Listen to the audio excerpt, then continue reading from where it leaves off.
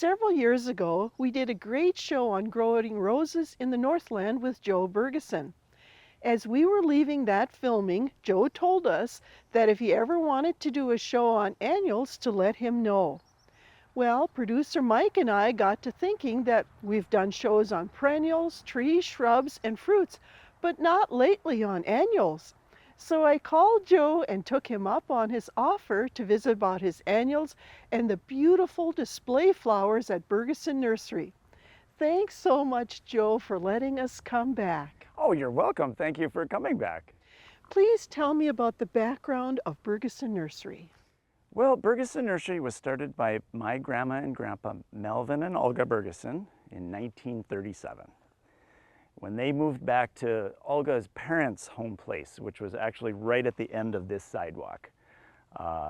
So Grandpa started by selling bare root apple trees and strawberry plants and going out on the road and landscaping. And then my parents, Paul and Glenda, took over in the 60s. And one of the first things they did is they quit landscaping. They quit going out on the road. And another thing they did is they really built the annuals part of the business, selling petunias, geraniums, bedding plant vegetables, and perennials. So they built that part of the business into what it is today, which is actually the biggest part of the business. So how many plants do you grow here at the nursery? You know, you sent me that question and it blew my mind because I have never actually calculated. It's in the tens of thousands. So when do you start the plants? We start our first seeding in January, and then we seed a few more in February, and things really get started in March. Do you grow all the plants from seed, or do you purchase in plants too? Both. All garden centers will probably do both. We start a lot from seed, and we also buy in little plugs that we pot up into bigger pots. Now, for the people who don't know, what is an annual flower? An annual flower is a plant whose only purpose in life is to bloom, bloom, bloom for the first summer and then die. The main advantage is that you get color all summer long. With perennials, most perennials have to take time to store energy to survive the winters, so they don't bloom all summer. Annuals just bloom nonstop throughout the year. Another advantage that I find is that you can use a rototiller and clear out your bed, and you can completely change the design and the color scheme every single year. So what is considered a shady location? That's a very difficult question because there is all sorts of shade, many different types of shade. You've got dry shade, you've got moist shade, you've got shade from a tree, shade from a building, the shade that you throw at your homies.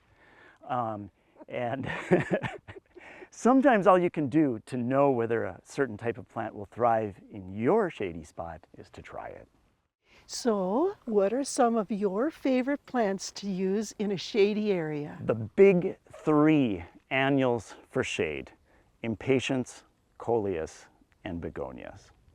Those three plants are some of the plants that we use the most in this gardens, not only in the shade. A lot of the newer varieties of impatiens, begonias, and coleus can also grow in full sun. So those three are great plants for color all summer long, whether it's sun or shade. Can you use them in combos too, or are there other plants you like in combination with those big three? There are a few that work in the shade, especially perhaps German ivy is a great spiller vine for shady spots. But there is something very effective about just having one plant or one type of plant in a basket, just all impatiens, and it makes a ball of color. It's very effective to do that. The one combination that we've been experimenting with is using some of the vigorous cutting-grown coleus mixed in with something called a whopper begonia, which is an ultra-vigorous begonia. And if you plant them in a planter when they're all small, as they grow, they mix together a little bit. And the bright yellow leaves of a coleus called wasabi mixed with the bright red of a whopper red begonia can be a very effective combination. Joe, how can people know when they go into the garden center which plants to buy for their shady areas? Sometimes it's best to just ask the owner, But often garden centers like us, we have a whole separate greenhouse where we display the annuals that are best for shade. When in doubt, look for those big three, the impatiens, coleus, and begonias, and that will be the shade-loving annual area.